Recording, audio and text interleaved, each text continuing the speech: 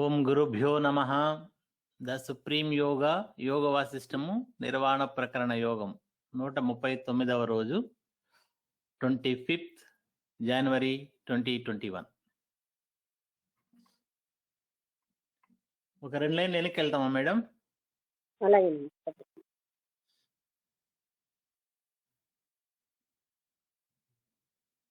Shortly after that, Rudra became as light as cloud and smaller than an atom.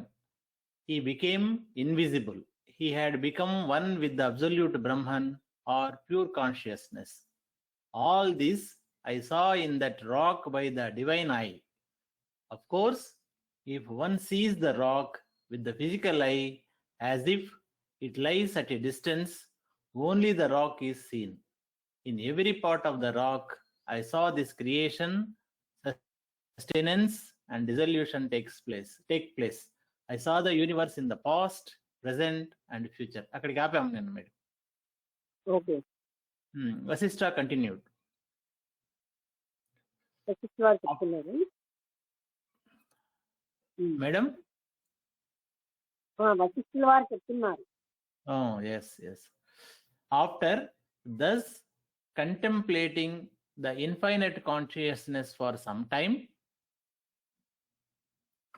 అనంతమైన చైతన్యాన్ని ఆ విధంగా కొంత ధ్యానం చేశాక కొంతసేపు I suddenly realized that all this creation was within myself. నేను సడన్ గా గుర్తించేది ఏంటంటే ఈ మొత్తం అంతా నాలోనే ఉండేది. Just as the tree is in the seed. ఎలా అయితే ఆ వృక్షము సముద్రంలో ఉందో, As I was thus observing creation, I had become atomic. నేను అలాగా మొత్తం సృష్టిని చూడడంలో నేను పరమాణు అంతలాగా అయిపోయింది. I realized myself as a ray of light. నేను నన్ను ఎలా గ్రహించానంటే కాంతి కిరణంలాగా నేను చూస్తున్నాను, నాకు కనిపించాను. Soon I had become gross. వెంటనే నేను స్థూలమైపోయింది. In this grossness, there were the potentialities of sense experiences. ఈ స్థూలత్వంలో ఇంద్రియ అనుభూతులు ఉన్నాయి, స్థూలమైన ఇంద్రియ అనుభూతులు ఉన్నాయి. When the consciousness opened its eyes, as it were, or became aware of its own inherent potentialities, చైతన్యం తన కళ్ళు తెరిచి తన ఉన్నటువంటి లోపల ఉన్న శక్తులన్నిటితోటి the pure elements, tanmatra, arose, and then all the senses, which are in fact pure void, came into being. అంటే ఆ పవిత్రమైనటువంటి విమోహనాన్ని తన్మాత్ర అంటుంది. తర్వాత pure element and which are in fact pure void, came into being. ఒక రకంగా అది పూర్తి శూన్యము, అది ఏమిటి బీయింగ్ అంటే రూపంలోకి వచ్చింది. With the 5 elements and 5 senses, their corresponding knowledge and experience arose in me irresistibly. 5 ఇంద్రియాలు, 5 కర్మేంద్రియాలు, 5 జ్ఞాన ఇంద్రియాలు, తర్వాత వాటి యొక్క కరెస్పాండింగ్ ఎలిమెంట్స్ అంటే వాటికి సంబంధించిన వస్తువులు నాలోని పైకి వచ్చాయి ఒక్కసారిగా. All these were without substantiality and illusory. ఇవన్నీ ఏమి సబ్స్టెన్స్ అనేది లేకుండానే జరిగింది. అంటే అవి అంటే వస్తువులు అంటే ద్రవ్యంగా కాకుండానే జరుగుతున్నాయి. Yet ఇక్కడ ఒక శ్లోకం ఉంది మేడం. ఏవం రూపమహం జాలం భావయన్యత్త దాస్థితః ఉమ్, తదహంకార ఇత్యద్య కథ్యతే త్వాదృశైర్జనః జనైః. ఉమ్. ఏం చదువుతారా? ఏవం రూప ఏవం రూపమహం జాలం. ఉమ్. అంటే అహంజాలం, అదే రూపము అహంజాలము అన్ని కలిపి భావయన్యత్త దాస్థితః. భావ అన్యత్ర దాస్థిత అని. తర్వాత లైన్ చదివించి ఏకంగా మీనింగ్ చదివిన లేదు. తదహంకార ఇత్యద్య కథ్యతే త్వాదృశైర్జనైః. That state of my being is known by people like you as I-ness or ego sense. అంటే అదే ఐనెస్ గా ఇగోసెన్స్ గా పరిగణించబడుతుంది. ఆ స్టేట్ ఆఫ్ బీయింగ్ అంటే అది.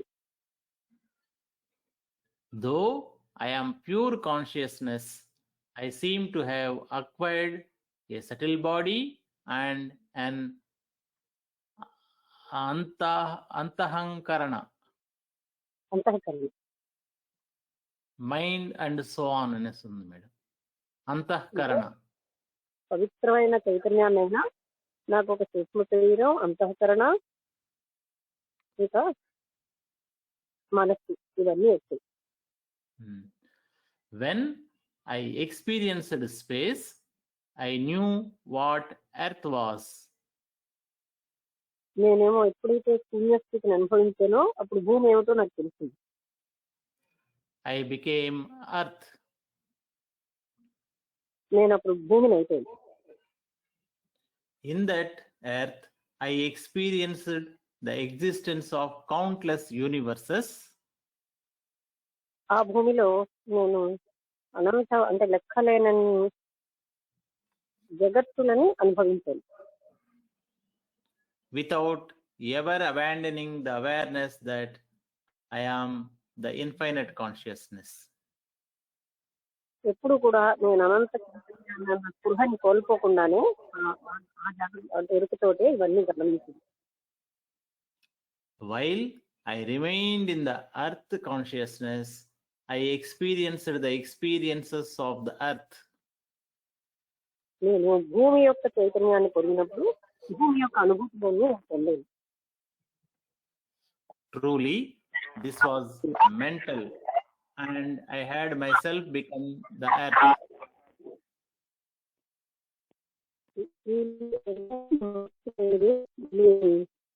భూమిని అయిపోయాను అనేది truly this is all mental.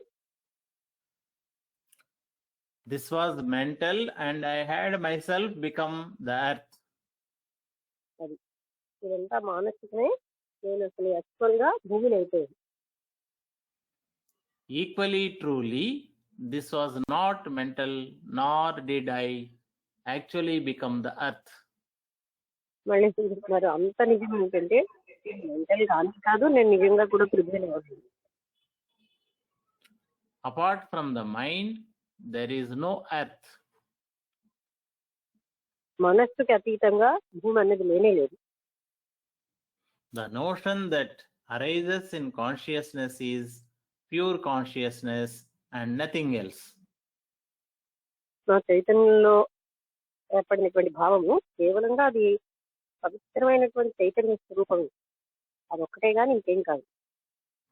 Hence, there is no notion as such, neither a self nor a world.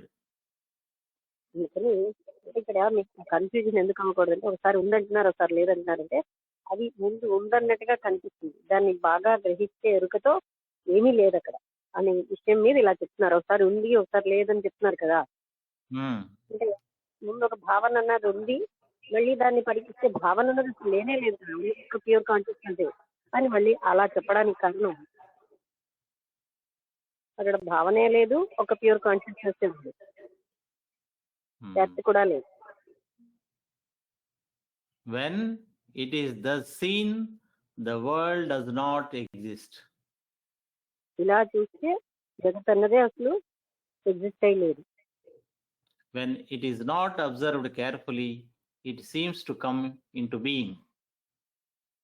ఎప్పుడైతే జాగ్రత్తగా చూడమో అప్పుడే అది ఉన్నట్టుగా కనిపిస్తుంది. It is pure consciousness alone that appears as this earth. ఆ పవిత్ర చైతన్యమే ఆ బుద్ధిగా మనకి కనిపిస్తుంది. It is the false notion entertained by countless beings in the three worlds that has attained relative. ఇది చాలా పెద్ద సెంటెన్స్ ఉంది మేడం. నెక్స్ట్ చదువుతా. రిలేటివ్ చదవండి. It is the false notion entertained by countless beings in the three worlds తర్వాత చదవండి కొంచెం ఏంటి దట్ ఆర్ రిలేటివ్ తర్వాత that has attained relative or existential reality known as the earth. అంటే మూడు లోకాల్లో ఉన్నటువంటి వ్యక్తులు ఇలాంటి ఫాస్ట్ తోటి వింటూ ఉంటారు. అది అంటే సాపేక్షంగా దీన్ని అలాగే కనిపిస్తోంది. అంటే ఇప్పుడు ఫాల్స్ నోషన్ ఏంటి, ఇది భూమి అని ఇది అనే భావనలో మూడు లోకాల్లో ఉన్న వాళ్ళు అలాగే ఉంటారు. కానీ రిలేటివ్ గా ఇట్ ఈస్ దట్ అని కనిపిస్తోంది. బట్ ఒక జాగ్రత్తగా అయితే దీని only clear consciousness. I am all this and all that is within all this. నేను ఇదంతా అయి ఉన్నాను, ఇదంతా కూడా నేను అయి ఉన్నాను. With this relation, I saw everything. ఇలాంటి ఒక గ్రహించి నేనంతా చూశాను. Then I also experienced the water plane by water dharana. అంటే వాటర్ నీరు అన్న భావనతో ఆయన నీటి యొక్క ప్లేన్ అంటే స్థలాన్ని చూశాడు. By contemplating water, I became water. అంటే నీటిని ధ్యానం చేయగానే ఆయన నీరుగా మారాడు. Then I became the fire element through the contemplation of that element, Teja Dharana. తేజోధారణ వల్ల అగ్నిగా మారాడు.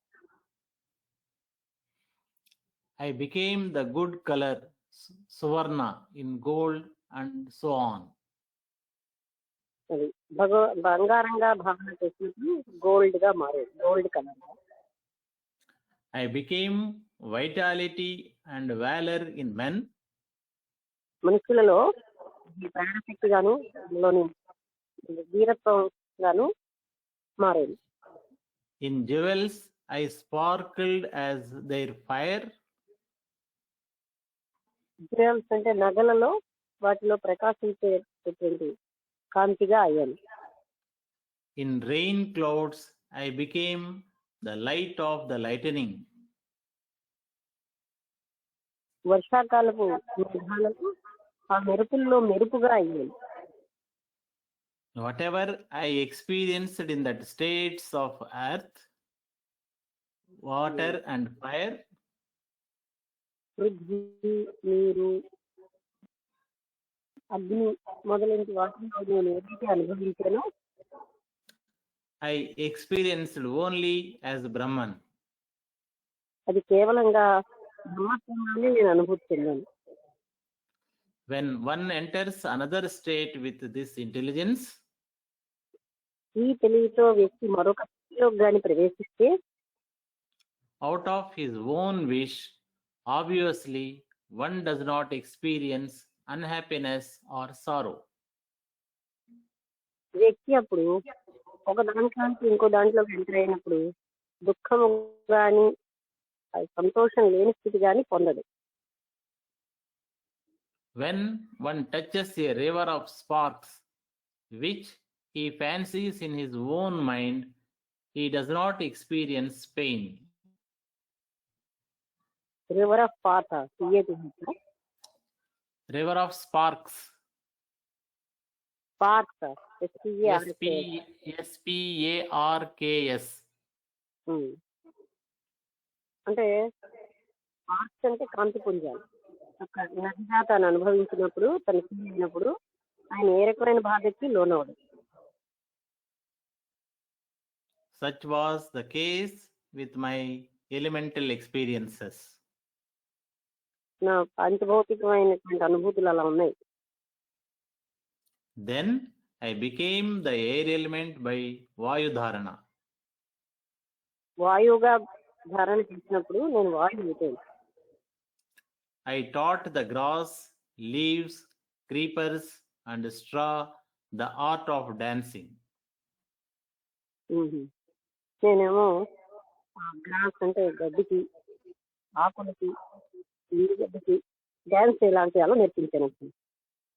Though the nether worlds were my feet, the earth my abdomen, and Nether my feet. Okay, అంటే పాతాళంలో ఉన్నవన్నీ ప్రపంచాలు నా పాదాలైతే,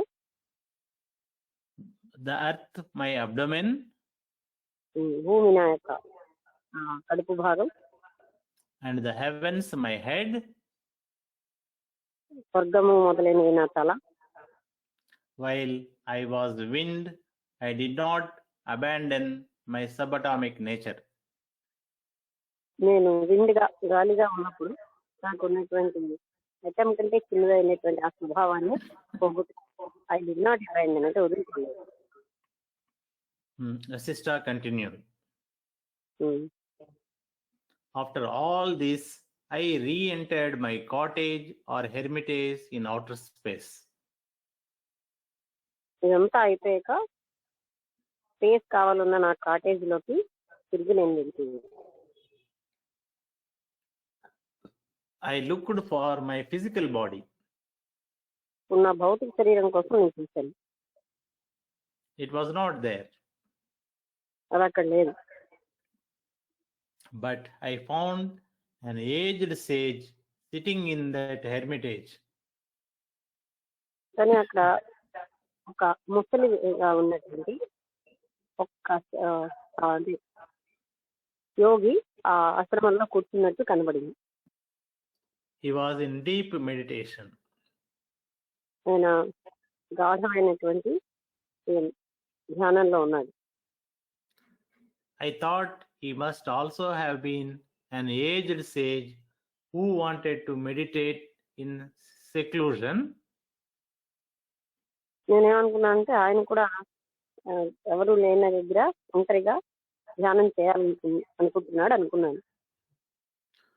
Who had found that cottage empty and therefore occupied it after throwing out my body. నా శరీరాన్ని తోసేసి ఆయన ఖాళీగా ఉంది కదా అని అందులో వచ్చి కూర్చున్నాడని నేను అనుకున్నాను. I wanted to let him have it. నేనేమో పోనీ ఆయన తీసుకొని అనుకున్నాను. ఇప్పుడు శ్లోకం ఉంది మేడం. స్వప్న సంకల్ప సంశాంతౌ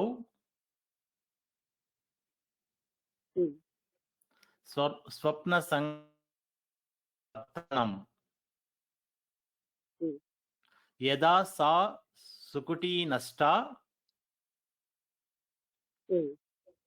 మత్ సంకల్పో పశాంతితః.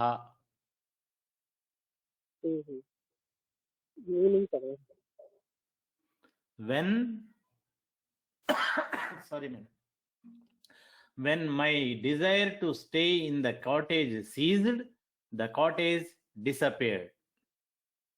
నేను కాటేజ్ లో ఉండాలి అన్న భావన ఎప్పుడైతే పోయిందో అప్పుడు ఆ cottage అదృశ్యమైంది. When a dream or a notion comes to an end, the objects that arouse in it vanish.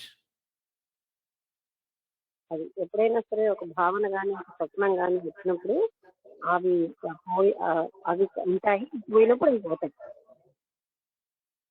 The hermitage fell, the sage fell. ఆశ్రమం అంటే తను అనుకున్నటువంటి ఆ కాటేజ్ కూడా పోయింది, ఆ సేజ్ కూడా లేదు, అంటే ఆ బొగ్గు కూడా లేదు. I too descended along with him onto the earth plane. నేను కూడా ఆయనతో పాటు కిందికి భూమికి వచ్చాను. The sage landed in the same state and posture in which he was in that hermitage. ఆ హెర్మిటేజ్ అంటే తను ఆ పర్ణశాలలో తను ఏ విధంగా ఉన్నాడో అదే పోస్టర్ లో కిందకు కూడా ఉంది. This was because through the union of prana and apana, he had overcome the force of gravity. ప్రాణాపానాల యొక్క శక్తి కారణంగా ఆయన భూమి ఆకర్షణని అధిగమించింది. He did not even wake up from his meditation. ఆయనకి ధ్యానంలోంచి బయటకు కూడా రాలేదు.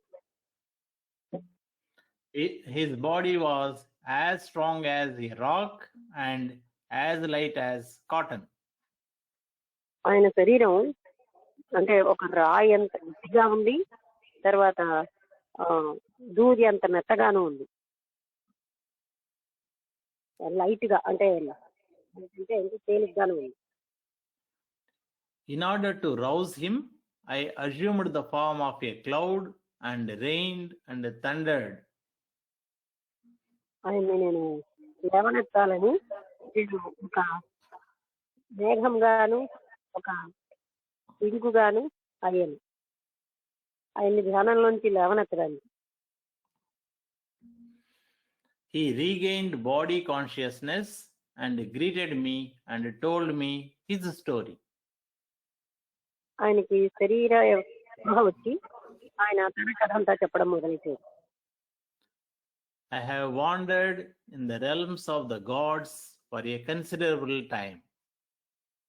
నేను దేవతలు ఉండేటటువంటి ఆ కింగంలో రాజ్యంలో కొంత టైం నేను గడిపాను, ఇటువంటి తిరిగాను. I am tired of this samsara. ఈ సంసారం అంటే నాకు చాలా అంటే అలిసిపోయాను, విసిగెత్తిందని. When all this is pure consciousness, what is it that we call pleasure? ఇంకా కూడా పరమ చైతన్యమే అయినప్పుడు ఇంకా ఆ సుఖం అంటే ఏముంది అక్కడ? Pleasure is dreadful pain, prosperity is adversity. ఈ ప్లెజర్ అంటే ఈ సంతోషం అన్నది చాలా బాధాకరమైనది, తర్వాత సంపద అన్నది దుఃఖం. Sensual enjoyment is the worst disease. ఇంద్రియ సుఖాలన్నవి చాలా చెడ్డ జబ్బులు అన్నమాట. And pursuit of pleasure is disgusting.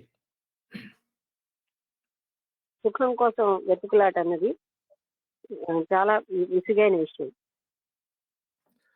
With the advance, madam. అదే డిస్గస్టింగ్ అంటే చాలా హేయమైన నీచమైన విషయం. With the advancing of age, the hairs turn gray and the teeth decay. వయసు వస్తున్న కొద్దీ జుట్టు తెల్లగా అయిపోయి పళ్ళు ఏమో నశించిపోతూ ఉంటాయి, పాడైపోతూ ఉంటాయి. And the faculties diminish. లోపల ఉన్న సమర్థతలన్నీ తగ్గిపోతూ ఉంటాయి. Only craving does not diminish. ఒక్క కోరికే తగ్గదు. After a long time, I have attained egolessness. చాలా కాలం అయ్యాక అహం లేని స్థితిని పొందాను నేను. I am not interested in heavenly pleasures. నాకు ఇప్పుడు స్వర్గ సుఖాల్లో ఏమీ కూడా ఆసక్తి లేదు. Like you, O sage, I too longed to resort to a secluded place. ఇలాగే నేను కూడా ఎవ్వరూ లేని ఒక ఏకాంత స్థలంలో అనుకున్నాను. Hence, I saw that hermitage in space. అందుకే ఆ స్పేస్ లో ఉన్నటువంటి ఆ కుటీరం చూశాను నేను. I requested him to continue to dwell in it. అదే మీరు ఇక్కడే ఉండండి ఇందులోనే అని ఇతను అతన్ని ప్రార్థించాడు. Both of us rose in space. ఇద్దరం కూడా మేము స్పేస్ లోకి వెళ్ళాం. He went where he thought fit, and I went on my own way. ఈ థాట్ పిట్ తనకి తగిన He ప్లేస్ went- తనే, నాకు తగిన ప్లేస్ నేను వెళ్తాను. ఆ పద్ధతిలో నేను Yes, I was roaming the heaven like a ghost.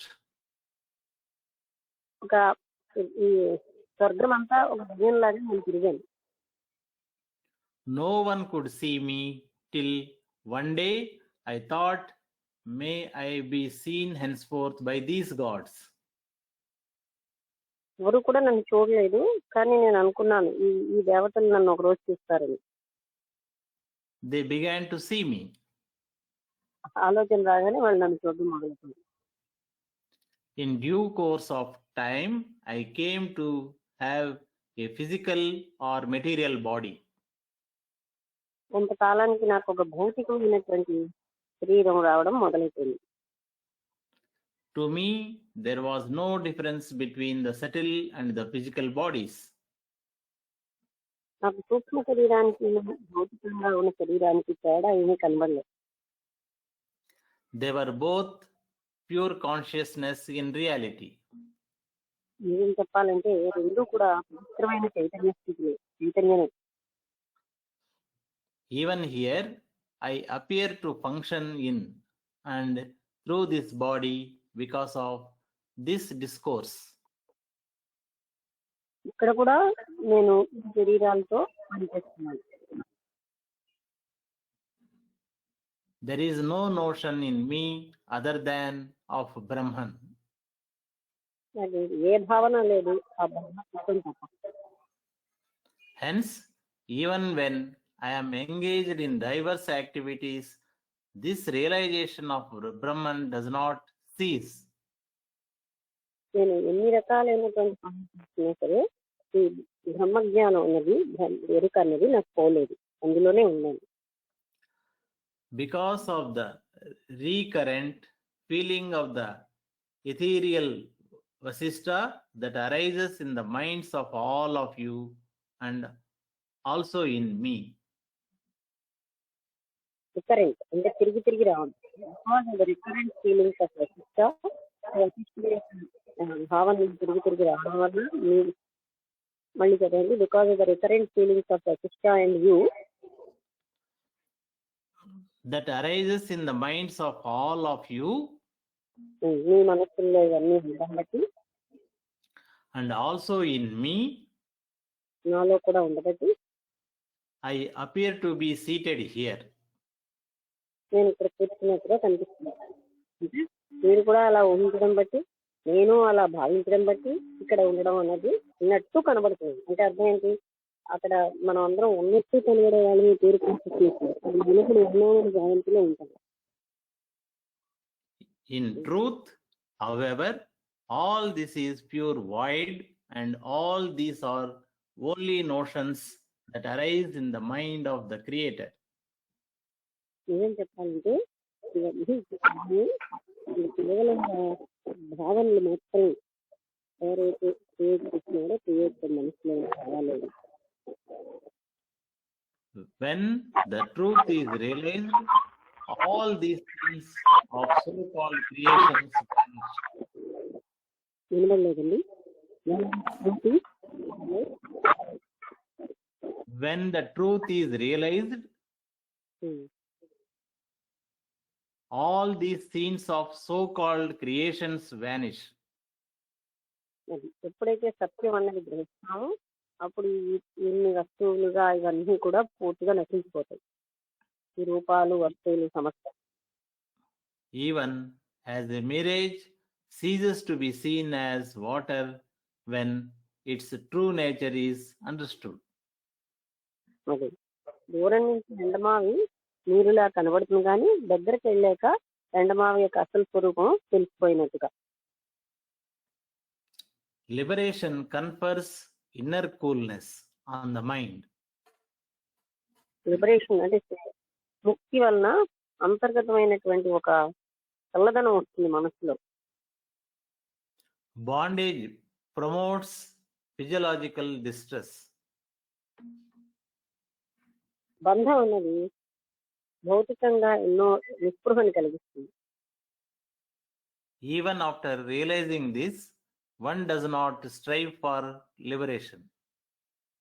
ఇది తెలిసి కూడా ఎక్కువ మంది మోక్షానికని ప్రయత్నించరు. How foolish are the people? ప్రజలు ఎంత మూర్ఖులో కదా. Vasishtha continued.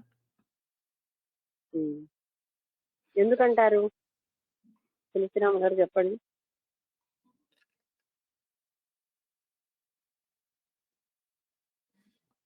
ఇది తెలిసినా ప్రజలేమో ముక్తి కోసం ప్రయత్నించారు. ఎందుకని? ఈ బాండేజ్ ప్రమోట్ చేస్తుంది కాబట్టి మేడం.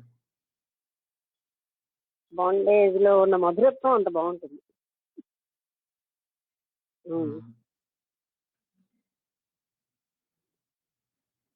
అంటే అంటే అంటే కొన్ని వందల జన్మల నుంచి ఈ వాసనలు ఇలాగే ఉంటాయి కదా మేడం. అందువలన అలా మనిషి ముక్తి వైపు ఇది చేయకపోవడం వలన అట్లా జరుగుతుందేమో. ఇంకొకటి, కొంతమంది ఇప్పుడు ఋషులు ఇట్లా కొంచెం లోకానికి దూరంగా ఇట్లా తపస్సు కానీ, లేకపోతే దైవ ధ్యానం కానీ, లేకపోతే ఇట్లా లిబరేషన్ కోసం ట్రై చేసే ఈ మునులు వీళ్ళందరూ ఉన్నారు కదా మేడం. వీళ్ళకు అంటే గత జన్మలలో నుంచి వచ్చిన పరిపక్వత వల్లనే ఈ జన్మలో ఇలా అంటే ముక్తి వైపు ఆకర్షితులై అలా అవ్వడానికి అవకాశం ఉంటది కదా మేడం. మామూలుగా అంటే ఇప్పుడు కొంతమంది అంటే చిన్నప్పటి నుంచే ఈ ఆధ్యాత్మికం వైపు బయలుదేరి అంటే అలాగా పెళ్లి చేసుకోకూడదు, లేకపోతే అట్లా సాధన ఈ మార్గాలు అంటే ఆధ్యాత్మికంలో ఏదైతే ఉందో సాధన ధ్యానం అంటూ ఈ వైపు వెళ్ళిపోతారు. చాలా వరకు కొంతమంది సంసారం వైపు ఆకర్షితులై సంసారంలో ఇరుక్కుపోయి ఇంకా అంటే గారు సంసారం చిత్రంలో వాళ్ళకేమో సన్యాసం అంటే స్థితి రాదని కాదు, సంసారంలో ఆ స్థితిని పొందిన వాళ్ళు ఉన్నారు కదా, దాంతో బంధం ఏం లేకుండా. అదేమి అడ్డు కాదు, వాళ్ళ ప్రారంభ కర్మని బట్టి వాళ్ళకి చేసుకోవాల్సింది చేసుకుంటారు. వివాహం అడ్డు కాదు ఆధ్యాత్మిక జీవితానికి. వివాహం అడ్డు కాదని అదైతే కరెక్టే మేడం. ఇప్పుడు చాలా మంది అందరూ వివాహంతో ఉన్న వాళ్ళు కూడా ఉన్నారు అట్లా యోగులు. అయితే మేడం ఇప్పుడు క్వశ్చన్ ఏంటంటే, ఆయనకి ఒక వైపేమో అనుభూతి కలుగుతోంది తాను పరబ్రహ్మ స్థితి అని, కానీ మళ్ళీ బాడీలోకి వచ్చి ఇవన్నిటితో ఉండేసరికి మళ్ళీ మనిషికి ఇందులోనే ఎక్కువ ఇష్టం ఉంటుంది అని అంటున్నారు. అంటే ఏంటి అంటే సామాన్యంగా ఇటువంటి బంధాలే ఇష్టపడుతున్నారు, ఇటువంటి విధంగా ఉండడానికి. How foolish the people are అంటే ప్రజలంత మూర్ఖులు, అంటే తిరిగి ఈ బంధాల్లోనే ఉండడానికి ఇష్టపడుతున్నారు కానీ ఆత్మచేతనలోకి వెళ్ళడానికి ఇష్టపడటం లేదు అని అక్కడ. అంటే ఎంత ఎంత హాస్యాస్పదంగా ఉంది కదా, హౌ ఫూలిష్ దే ఆర్ అని. అంటే రీజన్ ఏంటంటే అందులోనే బంధంలో ఉన్న ఆ ఆనందం అలవాటైపోయి ఈ ఆనందాన్ని తోసిపుచ్చేస్తున్నారు.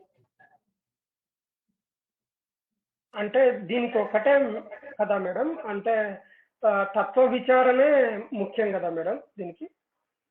ఇప్పుడు ఇక్కడ చూడండి ఎక్కడి వరకు వచ్చిందంటే, ఆయన ఆ బ్రహ్మజ్ఞాన అనుభూతి పొందుతున్నాడు. తులసిరామ్ గారు ఒకసారి చదవరా అక్కడ నేను అంటున్నది, అక్కడ point. Last paragraph madam, how foolish people are అనడానికి కొంచెం ఆ లాస్ట్ పారాగ్రాఫ్ చదవాలి. Liberation confers inner coolness bracket లో పీస్ ఆన్ ద మైండ్. ముక్తి వల్ల బాండేజ్ ప్రమోట్స్ సైకలాజికల్ డిస్ట్రెస్. మీరు ఇందాక ఫిజియోలాజికల్ అని చెప్పారు, మానసికమైనటువంటి నిస్పృహని కలిగిస్తుంది బంధం.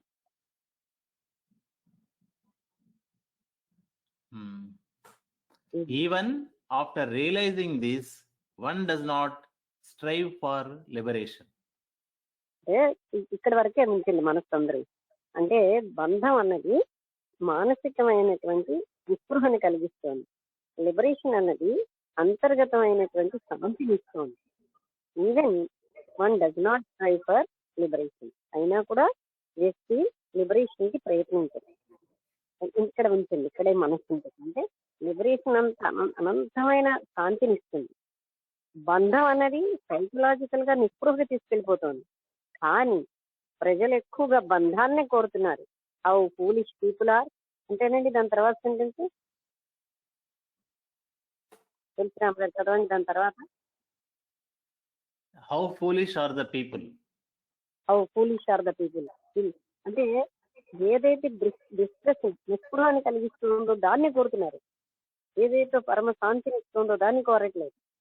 How foolish are the people అంటే ఎంత మూర్ఖంగా ఉన్నారు అన్న పాయింట్ దగ్గర నేను అడుగుతున్నాను అనమాట. ఎందుకు అలాగా అంటున్నారు అంటే, ఎందుకు పీపుల్ అలా వెళ్తున్నారు అంటే, వాళ్ళకి అందులో ఉన్న దానికే అలవాటైపోయింది. అంటే మేబీ డిస్ట్రెస్, అది బాధగా ఉన్నా ఏదైనా దీన్నే కోరుతారు ప్రజలు. కానీ ఫుల్ గా హ్యాపీగా అంటే అది మాత్రం వెళ్ళట్లేదు.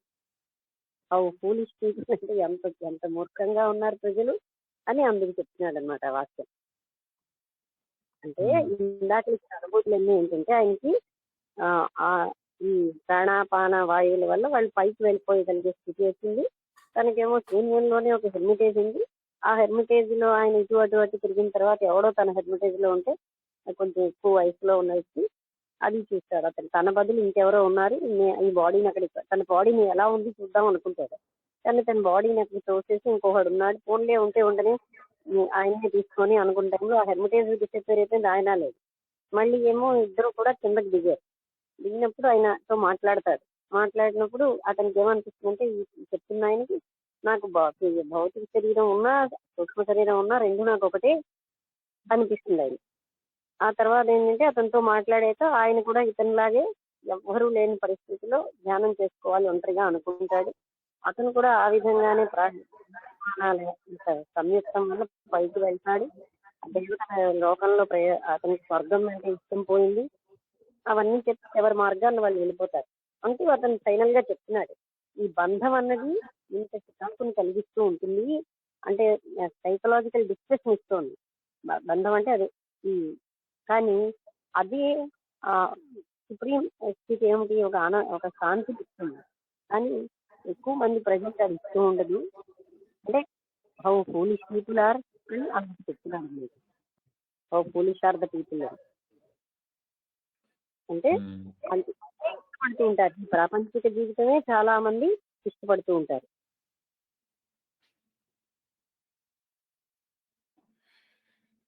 ఇందాక బుద్ధుడి గారు అన్నట్టుగా గత జన్మ వాసనలు అలాగే తర్వాత సెక్యూరిటీ అలవాటైన దాంట్లో ఇప్పుడు మన ఇల్లు ఎంత బాగోలేకపోయినా అది మనకి బాగున్నట్టుంది. పెద్ద భవనం మనకి ఇచ్చినా వెళ్తామో లేదు అలాగా. ఎక్కడుంటే అక్కడనే మనకు సంతోషంగా అనిపిస్తుంది మేడం. అంటే ఆ పరిస్థితులు మళ్ళీ మారిపోయిన తర్వాత మళ్ళీ దానికి అలవాటు పడేంత వరకు అంటే అది ఎంత సుఖమైన ప్రదేశం అయినా కూడా మనకు ఇది దొరకదు కదా మేడం అని అనుకుంటాం. అది ఇప్పుడు చేపల వాసన అలవాటైన ఇద్దరు ఆడవాళ్ళు కదా, పువ్వులు వాళ్ళ ఇంట్లో పడుకుంటే నిద్ర లేదు. వాళ్ళకి చేపల బుట్ట చేపల బట్టలు అన్ని లోపల వాళ్ళ తల కింద పెట్టుకునే వరకు నిద్ర పట్టలేదు. ఆ చేపల వాసన వస్తే గానీ వాళ్ళు హోమ్లీగా ఫీల్ అవ్వలేదు. అలా ఉంది పరిస్థితి. అదే అంటే వాసనలకు అలవాటు పడిన అంటే ఒక అలవాటుకు ఇదైపోయిన వ్యక్తులు ఇంకా దానికే ఇదైపోతారు కదా మేడం. అంతే అట్లే ఉంటుంది. అంటే ఫర్ ఎగ్జాంపుల్ ఇక్కడ ఒక వ్యక్తి ఒక మాట అన్నప్పుడు నాకు అది గుర్తొచ్చింది మేడం. అంటే ఇక్కడ ఒక మా అపార్ట్మెంట్ లో ఒక వ్యక్తి ఉండేవారు. ఆయన ఒక గేటెడ్ కమ్యూనిటీకి వెళ్ళాడు మేడం. అక్కడ వాళ్ళ కొడుకు అక్కడ తీసుకెళ్లి అక్కడ కొనుక్కొని అక్కడ వెళ్ళాడు మేడం. వెళ్ళిన తర్వాత అతను ఆ, ఎప్పుడు ఇక్కడికి మా కమ్యూనిటీలోకి వస్తారు. ఇక్కడ అపార్ట్మెంట్ మామూలుగా మేము ఆ, ఒక 20 మెంబర్స్ ఉండే అపార్ట్మెంట్ లో మేము ఉంటాం కాబట్టి మా దగ్గరికి వచ్చేసి అంటుంటాడు, ఆ గేటెడ్ కమ్యూనిటీ అంటారు, అక్కడ పోయి ఆ, ఎంత ఘోరంగా ఉంది పరిస్థితి అని. అంటే ఆయన ఎప్పుడు ఇక్కడ ఈ ఈ స్థితిని ఆనందంగా ఫీల్ అవుతున్నాడు కానీ ఆ, అక్కడ స్థితిని ఆనందంగా ఫీల్ కావట్లేదు. కానీ వాళ్ళ పిల్లలు అక్కడ స్థితిని ఆనందంగా ఫీల్ అవుతున్నారు, ఇక్కడ స్థితిని ఆనందంగా ఫీల్ కావట్లేదు. అంటే డిఫరెంట్, అంటే ఆలోచన ధోరణి అట్లా.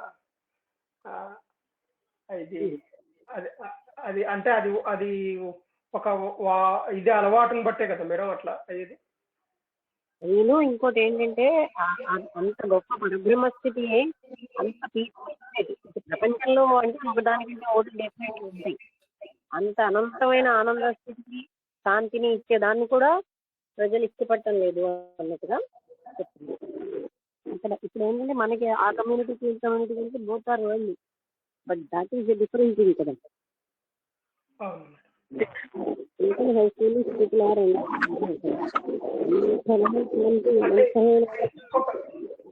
ఇంకొకటి మేడం, ఒక డౌట్ మేడం.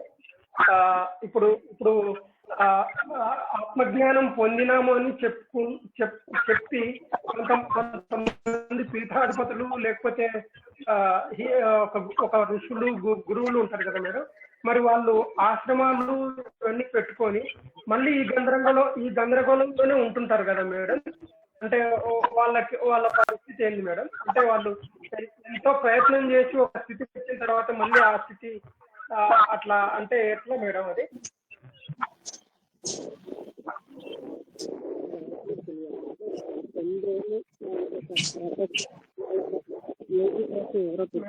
మేడం వాయిస్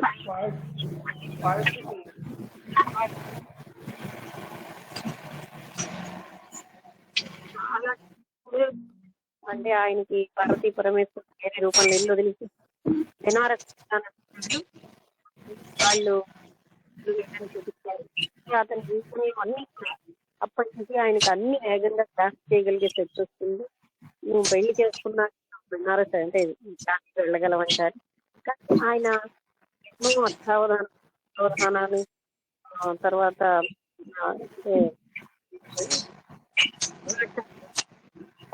ఆయన మాత్రం చాలా గొప్ప వేసేది. అతను మాట్లాడుతూ ఉన్నారు. అది అంటే ఆయన ఆత్మజ్ఞానం కోసం కానీ ఆయన లైఫ్ అలా వెళ్ళవలసింది అంతే. వెళ్ళవలసింది వాళ్ళు ఆత్మజ్ఞానం పొందడం కానీ వాళ్ళ ద్వారా పనులు జరగాల్సింది. అందరూ ఆత్మజ్ఞానం పొందలేదు కదా, ఎన్నో పనులు టార్గెట్ పెట్టారు కానీ మేడం బాగా డిస్టర్బెన్స్ వస్తుంది మేడం. శారదా గారు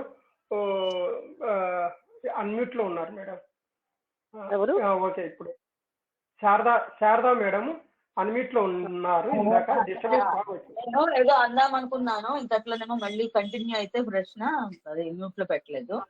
సరే, నా ప్రశ్న ఏంటంటే నేను అడగొచ్చునా? అడుగు అడుగు. నా ప్రశ్న ఏంటంటే అంత గొప్ప ఆనందాన్ని వదిలేసేసుకుని దాన్ని గ్రహించకుండా ఈ బంధాలతో పాటు మనుషులు వెళ్ళిపోతుంటారు అన్నట్టుగా అన్నావు నువ్వు. ఎగ్జాక్ట్ కదా. అయితే మరి అది అంత గొప్ప ఆనందము అని మనకు ఎలా తెలుస్తుంది? అది మనకి ఇప్పుడు చవి చూడలేదు, దాని గురించి ఎవరు చెప్పలేరు. ఒకవేళ ఎవరైనా చవి చూసిన వాళ్ళైనా సరే వాళ్ళేమో వాళ్ళు కోల్పోయి వెనక్కి వచ్చేస్తారు. అంటే వాళ్ళకి తెలియదు అసలు ఆ స్థితిలో ఉన్నామని. మరి మనకు తెలిసే అవకాశం ఏది? అది ఏదో గొప్ప ఆనందం అని ఇంద్రియాలతో ఉన్నవి ఎదురుగుండా కనిపిస్తున్నాయి. ఇక్కడ నువ్వు మొదటి నుంచి అనుకుంటున్నావు ఇది అంతా చూడు. ఒకవైపు భగవంతుడు అవ్యక్తుడు అని వాడినిస్తారు, ఇంకోవైపు వ్యక్త స్వరూపుడు. ఒక దగ్గర వ్యక్తం అవుతాడు, ఒక దగ్గర అవ్యక్తుడుగా ఉంటాడు. ఆయనకి సర్వసమర్థతలు ఉంటాయి. ఆ అవేర్నెస్ రావాలన్న స్థితిలో వస్తుంది. ఆ అవేర్నెస్ పూర్తి డీపర్గా మునిగిపోయినప్పుడు తాను అది అయిపోతున్నాడు. అంటే ఇంకా ఇప్పుడు చూసావు కదా, అది ఏంటది ఆయన కథ, ఆవిడ ఇద్దరు కథ వచ్చింది కదా, భార్యాభర్తల్లో భార్య జ్ఞానం చెప్తుంది సుఖిధ్వజుడు. ఆ సుఖిధ్వజుడికి అవేర్నెస్ వస్తున్నప్పుడు అంతా వర్ణిస్తాడు. అలాగనే హేమచూడుడికి అవేర్నెస్ వస్తున్నప్పుడు కొంత బోధపరుస్తాడు, తర్వాత పూర్తి దాంట్లో మునిగిపోతారు. అందుకని అది కొంత వాళ్ళకి అవేర్నెస్ వస్తున్న టైంలో దే ఆర్ ఏబుల్ టు. ఒకటి. రెండోది ఏంటంటే ఇక్కడ చెప్తున్నది ఏంటంటే ఆ స్థితికి వెళ్ళిన మనిషికి ఈ బంధాలు లాగేస్తూ ఉంటాయి, ఎందుకంటే వాసనలు లాగేస్తాయి అన్నమాట. అందుకని మళ్ళీ ఇందులోకి ఎక్కువగా వచ్చేస్తూ ఉంటారు. అందుకు ఇక్కడ అకేషన్ లో ఏంటంటే how stupid the people are అని అనడంలో, how foolish the people are అనడంలో ఇంత పరమశాంతి ఉన్న దాన్ని కూడా ఇష్టపడకుండా కిందకు వచ్చేస్తూ ఉంటారు. ఎందుకంటే వాసనలు లాగేస్తూ ఉంటాయి. అంటే ఒకసారి ఝలక్ లాగా ఎప్పుడో ఎక్స్పీరియన్స్ చేస్తున్నా మళ్ళీ వాళ్ళ వాసనలు లాగేస్తే కిందకు వచ్చేస్తారు. అంత పరమమైన దాన్ని కూడా వదిలేసుకోగలుగుతూ ఉంటారు.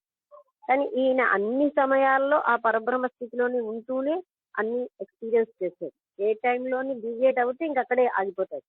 ఆయన డీవియేట్ అవ్వకుండా తాను పృథువుగా ఫీల్ అయ్యాడు, తాను వాటర్ గా ఫీల్ అయ్యాడు, అన్ని రకాలైనటువంటి విస్మములుగా తను ఫీల్ అయ్యాడు. అంటే ఆయనకి డీవియేషన్ లేదు, ఆ పరమాత్మ స్వరూపమే తానన్న భావనలోనే డీవియేట్ అవ్వకుండా ఉన్నాడు కనుక ఆయన అలా ఉండగలిగాడు. కానీ ఇక్కడ ఆయన ఇంత మంచి, అది అంత బాధాకరమైన పీపుల్ ఆ బాధాకరమైనదే ఎంచుకుంటారు. How how how stupid the people are అని అన్నాడు.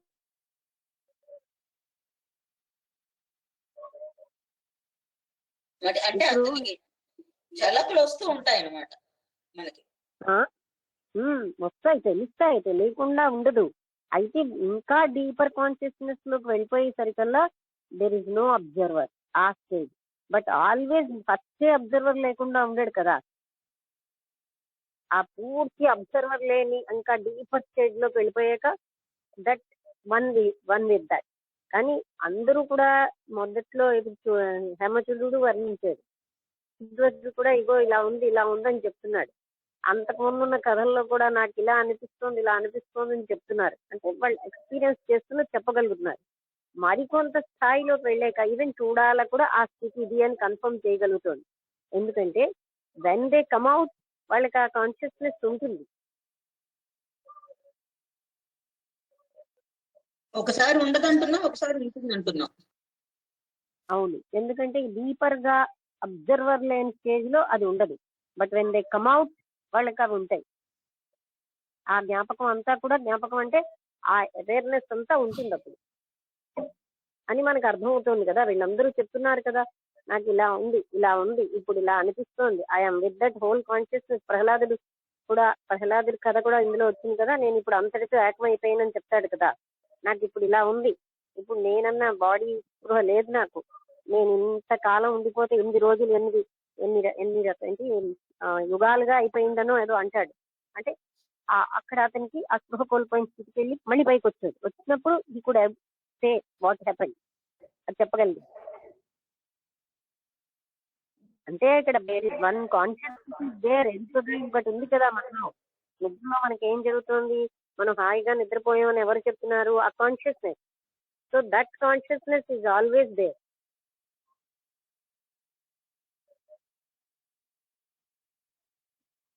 But it cannot be describe, ఎందుకంటే డిస్క్రైబ్ చేయడానికి మాత్రం అతీతమైంది. ఓకే, ఇప్పుడు ఇక్కడ హౌస్ పీపుల్ ఆర్ అనడంలో అంత దుఃఖమైన దాన్నే ఎంచుకుంటారు, కానీ అంత సుఖమైన దాన్ని ఎంచుకోవటం లేదు అని ఇతను అంటున్నారు అనమాట. తనకు అనిపిస్తుంది కదా ఇంత ఆనందకరమైన దాన్ని వదిలేసుకుంటున్నారని.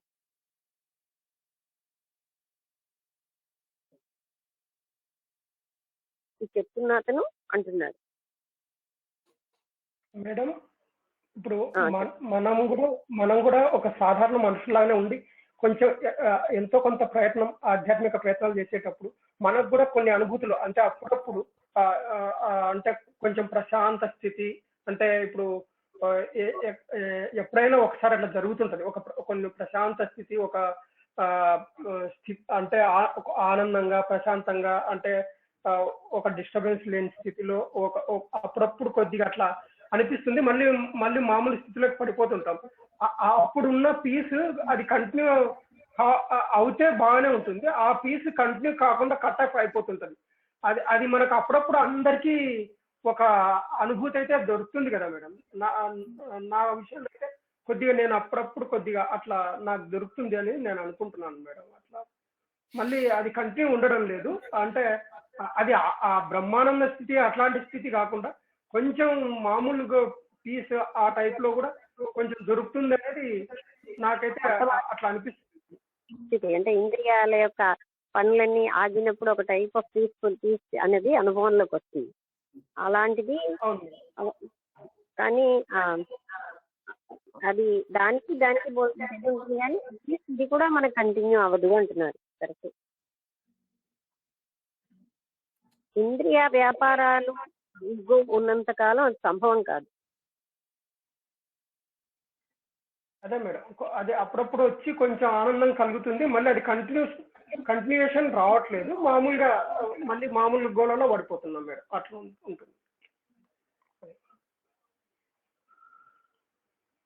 సరే, అంటే ఎందుకని నేను అడిగానంటే అంతలాగా ఇంత డిస్ట్రెస్ఫుల్ గా ఉన్న ప్రజెంట్ ఇంట్లోనే ఇష్టపడుతున్నారు అని ఆయన అంటున్నాడు కదా, అది ఆయన కనిపించింది కదా, అంటే ఇంత బాధాకరమైన దాన్ని ఎంచుకుంటున్నారు అని. ఇప్పుడు చూడండి, పిల్లలు సంసారం అన్నదే మనం తీసుకుంటే ఈ తల్లిదండ్రులు ఏం అనుభూతి చెందుతున్నారని పిల్లల్ని అందులో చూస్తున్నారంటే ఇలాగే ఉంది. అంటే వాళ్ళు కూడా ఇవన్నీ అంటే వీళ్ళేమి పొందుతున్నారని వీళ్ళు డీప్ గా క్వశ్చన్ చేసుకోరు. సేమ్ థింగ్ వాళ్ళు చెప్తారు. ఈ పాయింట్ ఆఫ్ వ్యూ లో ఆలోచిస్తారు. అలాగే ఇస్తాం. సంపాదించు, పెళ్లి చేస్తూ పిల్లల్ని కను. నేను పెళ్లి చేసుకుని పిల్లల్ని కని నేనేం సాధించానని ఎవరు ఆలోచించుకోవట్లేదు. అంతే, మళ్ళీ పిల్లలకి అందులో వేస్తారు, మళ్ళీ వాళ్ళు అలాగే పెడుతున్నారు. అంటే we never think of deeply. మన కోసం మనం ఇప్పుడు కూడా డీప్ గా చూడటం లేదు. ఈవెన్ మన ఎడ్యుకేషన్ సిస్టమ్ కూడా అంతే. పొద్దున్న నుంచి అంటే పుట్టిన దగ్గర నుంచి ధనార్జనే తప్ప మరొక టార్గెట్ ఉందని తల్లిదండ్రులకు తెలియదు, పిల్లలకి తెలియదు. ఆ ధనార్జన చేసే మెషిన్స్ గా తయారు చేయడమే టార్గెట్. అందుకే ఎప్పుడు కూడా లోపలి తల్లిదండ్రులకి రాదు, పిల్లలకి చెప్పదు. ఓకే. అంటే ఈ విషయంలో మేడం, ఇప్పుడు మనం బాల్యం నుంచి ఎలాంటి అవస్థను అనుభవించి కష్టపడి సంసారంలో ఉండి ఇవన్నీ అంటే ఒకసారి దుఃఖము, ఒకసారి సుఖము, ఒకసారి కష్టము, ఒకసారి నష్టము, ఇట్లాంటివన్నీ ఏవైతే పొందామో ఇవే విషయాలు మళ్ళీ పిల్లలు పొందేటప్పుడు అవి మనము అంటే ఇప్పుడు వాళ్ళ బాధను చూసి మళ్ళీ సేమ్ మన హృదయము మనకున్న ఏదైతే బాధ ఉందో, ఏదైతే అనుభవించామో వాళ్ళ గురించి కూడా మనము బాధ, సుఖము, దుఃఖము అన్ని అనుభవిస్తున్నాం. ఇప్పుడు ఏదైనా వాళ్ళకి సమస్య వచ్చిందంటే ఆ సమస్య తీరాలి అని చెప్పేసి తపన, విపరీతమైన తపన. ఆ సమస్య తీరిన తర్వాత కొంచెం ఆనందం వస్తుంది. మళ్ళీ ఇంకో సమస్య వచ్చే వరకు మళ్ళీ వాళ్ళతో పాటు మనం అట్లా. పాయింట్ అది కాదండి, తాను ఏమి సంపాదించే చెప్పి పిల్లల్ని అందులోకి తోస్తున్నారు అన్నది నేను పాయింట్ మాట్లాడేది. అంతేగాని మీరెందుకు మళ్ళీ మళ్ళీ ఆ అనుభూతులు కావాలని కోరుకొని సెల్ఫిష్ గా పెడుతున్నారు అది నేను అంటలేదు. అంటే వీళ్ళు ఏం పొందటం లేదు, పిల్లలకి ఏమిటి కావాలో వాళ్ళకి మళ్ళీ అదే గ్రూవ్ లోకి పిల్లల్ని తోస్తారు, అది నేను అంటుంది. అంతేగాని మనం కూడా బాధపడుతున్నాం. రెండో సంగతి, వీళ్ళకున్న మానసిక స్థితిని బట్టి అవన్నీ లంపటాలు పెట్టుకుంటే మునిమనవలు వచ్చినా బాధపడుతూనే ఉంటారు. అది వాళ్ళ బంధాన్ని అది ఎప్పుడు తెగదు కదా మేడం. అందుకే ఆలోచన అనేది మనం మార్చుకోవాలి అంతే. అది అంటే నేనేం అంటే సాధించాను అని ప్రశ్నించుకుంటూ ఉండాలి. What I'm gaining in my life అని ఒకసారి చూస్తూ ఉండాలి. అంటే అదే మనము పిల్లల్ని ఎంకరేజ్ చేస్తున్నాం. అందుకని నేను ఏం చెప్తున్నానంటే అదే విధంగా మన లైఫ్ లో వీ నెవర్ సీ ఇన్సైడ్. మనం ఎప్పుడూను బయట చూడడం, బయట విమర్శించడం, బయట వస్తువుల కోసం తెలుసుకోవడమే అని మన కోసం. అందుకే మనం ఏమో టెక్నాలజికల్ గా ఇంత ముందుకు వెళ్ళినా మనలో ఉన్న అసూయ జయించడం మనకు చేత కావట్లేదు, మనలో ఉన్నటువంటి ద్వేషాన్ని జయించడం మనకు చేత కావట్లేదు. మనమేమోని పైనటువంటి ఎన్నింటితో వెళ్ళగలుగుతాం, ఇది మనకి ఇది మనం చిన్నప్పటి నుంచి నేర్చుకోవట్లేదు. ఎన్ని డిగ్రీలు వచ్చినా ఒక పేపర్ నిండా డిగ్రీలు రాయొచ్చు, కానీ వ్యక్తి తను లోపలికి వెళ్ళడం అన్న దానికి మాత్రం అలవాటు అవుతుంది.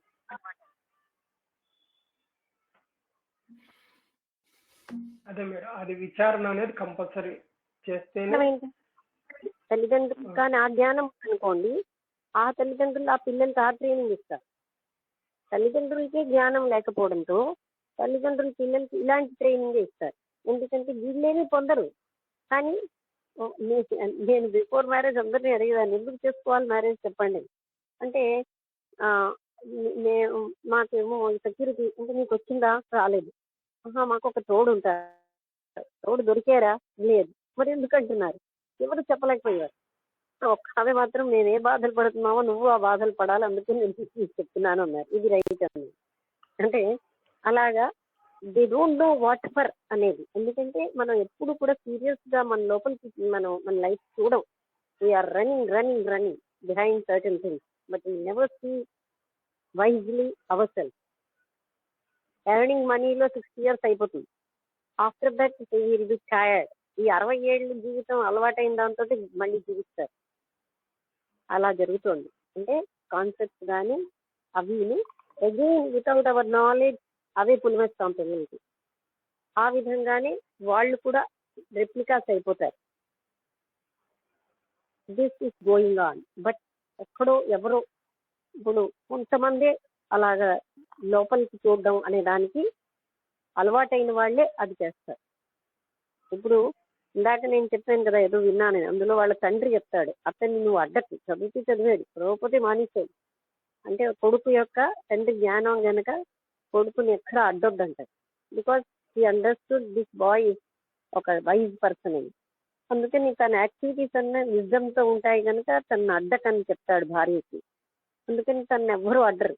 He grew in a very better way. అంటే ఒక మంచి లెర్నెడ్ పర్సన్ గా, లెర్నెడ్ అంటే నాట్ ఓన్లీ దిస్ జ్ఞాన, అంతరంగికంగా ఎందరో అంటే దైవం కూడా సాక్షాత్కరించడం, అక్కడ వాళ్ళ నుంచి ఎందరో హిమాలయన్ స్వామీజీని కలవడం, అలాంటివన్నీ ఆయన లైఫ్ లో జరుగుతాయి. దాంతో మళ్ళీ ఆయన పైకి వస్తాడు. అదంతా అంటే ఇక్కడ నేను ఏమంటున్నా అంటే దట్ ఫాదర్ ఎలివేటెడ్ పర్సన్ కనుక గైడెన్స్ ఇవ్వలేదు, ఇలాగే ఉండాలి అలాగే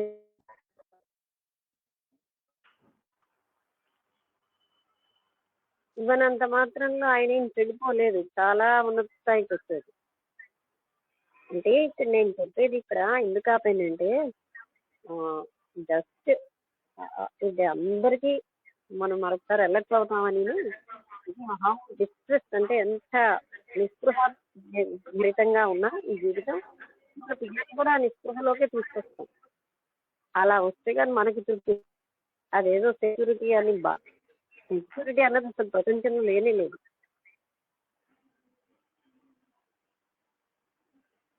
భ్రమ తప్ప. Okay, let us continue.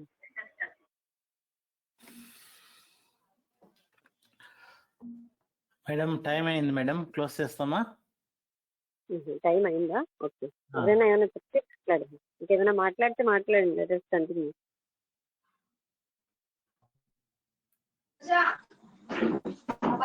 నమస్తే అమ్మా.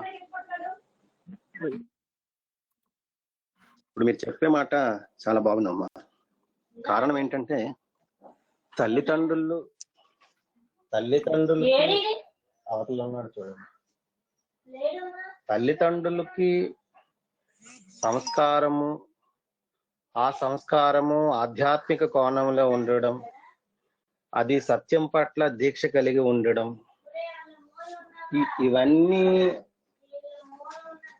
మనం ముసలైపోయిన తర్వాత నేర్చుకోవాల్సిన విషయాలు కావని, నిజంగా చెప్పాలంటే యుక్త వయసులోనే బాల్యంలోనే తెలుసుకోవలసినవని. ఎప్పుడైతే ఇవన్నీ మనం తెలుసుకోగలుగుతున్నామో మనం మన పిల్లలకి మన భౌతికమైన ఆస్తులతో పాటు ఆధ్యాత్మిక కోణంలో ఆ సంస్కారాలను కూడా వాళ్ళకి అందించగలగాలని, అప్పుడే వాళ్ళలోని ఎంతో కొంత ప్రేరణ జరిగే అవకాశం ఉందని మాత్రం 100% నాకు అనిపిస్తుందమ్మా. కరెక్ట్గా చెప్పింది. కారణం ఏంటంటే ఈ రోజు వరకు మనకి ఇంత వయసు వచ్చినా కూడా భగవంతుడు అంటే ఏటో తెలియటం లేదు, భగవత్ సత్యం అంటే ఏటో తెలియటం లేదు. అసలు బ్రతకడం అంటే ఎలాగో కూడా తెలియడం లేదు. మనం ఏదైనా ఒక బండి తీసుకొని డ్రైవింగ్ చేయాలంటే ఒక డ్రైవింగ్ స్కూల్కి వెళ్ళి ఒక నెల రోజులు వాడి దగ్గర నేర్చుకుని అప్పుడు మనం బండి తీస్తాం. కానీ జీవితం అనే ఈ సంసారం అనే బండిని నడిపించడానికి మనం ఎవరి దగ్గర ఏ ట్రైనింగ్ కానీ, ఏ గురువు దగ్గర కానీ, ఏ శాస్త్రం దగ్గర కానీ, ఏ సత్యాన్ని తెలుసుకోవడానికి కానీ మనం ప్రయత్నం చేయడం లేదు. మీరు అన్నట్టుగా పెళ్లి సంబంధాలు చూస్తారు, పెళ్ళం వచ్చింది, తర్వాత పిల్లలు వచ్చారు, తర్వాత సంసారం వచ్చింది, ఏదో డబ్బు తెచ్చుకుంటున్నాడు, తినేస్తున్నాడు, బతికేస్తున్నాడు, వయసు మారిపోతుంది. కానీ ఆ జీవితానికి అర్థం ఏంటో ఎవరికి అర్థం అవడం లేదు.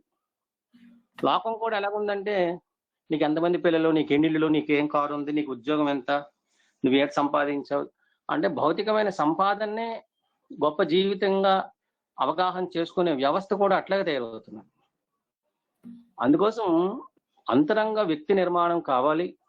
అది ఆధ్యాత్మికమైనటువంటి కోణంలో వ్యక్తి యొక్క జన్మను ప్రతిఫలించేటట్టుగా ఉండాలి.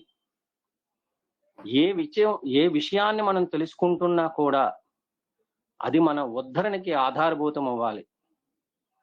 నిరంతరం మనందరం, మాలాంటి వాళ్ళందరిలో సందేహాలు, ఎన్ని తెలుసుకుంటున్నా, ఎన్ని క్లాసులకు వస్తున్నా, ఎన్ని విషయాలు, ఎన్ని పుస్తకాలు చదువుతున్నా ఆ సందేహాల్లాగే ఉండిపోతున్నాయి. ఏవి పరిష్కారం అవ్వడం లేదు. కారణం ఏంటంటే విషయాన్ని మనం అధ్యయనం చేయడంలో, అది ప్రాక్టికల్ గా ఇంప్లిమెంట్ చేయడంలో ఎప్పుడైతే మేము వెనకబడుతున్నామో, అది ఏదో తెలిసినట్టుగా ఉంది కానీ అది ఒక అనుభూతిగా స్థిరంగా అది మనలో ఉండడం లేదు. అందుకోసం వీళ్ళన్ని లోపాలు. ఈ లోపాలను ముందు మనం అంగీకరించి వాటిని ఇంప్లిమెంట్ చేయడానికి కావలసిన అంతరంగ కృషి ఈ నిమిషమైనా మనం జరిపితే గాని జీవితం అర్థం కాదు ఎవరికి. అలాగ మనకి 80 ఏళ్ళు వచ్చాయి, 70 ఏళ్ళు వచ్చాయని చెప్పుకోవడానికి తప్ప ఏ ఉపయోగం లేదు. అలాంటి ఉపయుక్తమైనటువంటి జీవితం కావాలి అంటే సత్య శోధన కావాలి, సత్యంతో ఏకమయ్యే జీవితం కావాలి, ఆ తీవ్రమైన ఆపేక్ష కావాలి. వీటన్నీ ఎప్పుడైతే మనకు సంప్రాప్తం అవుతాయో అప్పుడు మీలాంటి సద్గురువు దొరికే అవకాశం కూడా మాకు దొరుకుతుంది. అలా సద్గురువు దొరికారు మాకు ఇప్పుడు మీరు. కానీ ఇంకా మేము మా వైపు నుంచి అంత తీవ్ర ప్రయత్నం చేస్తే గాని అది సఫలీకృతం అయ్యేందుకు అవకాశమే లేదనిపిస్తుంది. అందుకోసం ఇప్పుడు మీరు చెప్పింది 100% రైట్ అమ్మా. మమ్మల్ని మేము దిద్దుకోవడానికి ఎప్పుడు సంసిద్ధులుగానే ఉండాలి. అలా ఉన్నప్పుడే మీరు చెప్పిన సత్యాన్ని మా అంతరంగంలో, మా జీవితంలో అది ప్రతిఫలించేందుకు అవకాశం ఉంది. కాబట్టి ఈ విషయంలో చాలా సీరియస్ గా ఉండాలి. మన పిల్లలు ఎంతవరకు ఆచరిస్తారో ఆచరించరన్నది వేరే విషయం. కానీ మనం మన జీవితాన్ని ఎంతవరకు ఉన్నతంగా దిద్దుకోగలిగామన్నది చాలా అవసరం. అలాంటి అవసరంలో మీ అందరం ముందుండాలని మీ ప్రతి మాట, హలో చెప్పండి. మీ ప్రతి మాట మాకు హృదయంలో బాణంలా గుచ్చుతుందమ్మా. ఆ మాటలన్నీ కూడా మేము ఇంప్లిమెంట్ చేసుకొని మేము ముందుండాలి.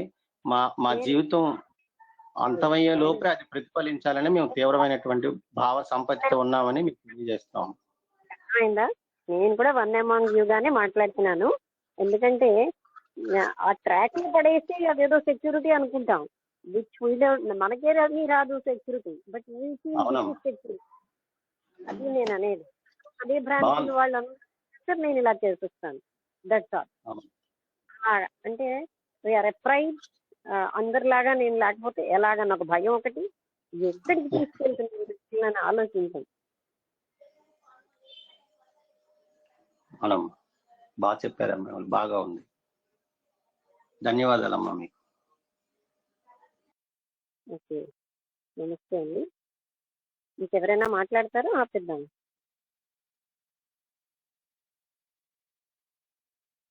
అందరికీ నమస్కారం.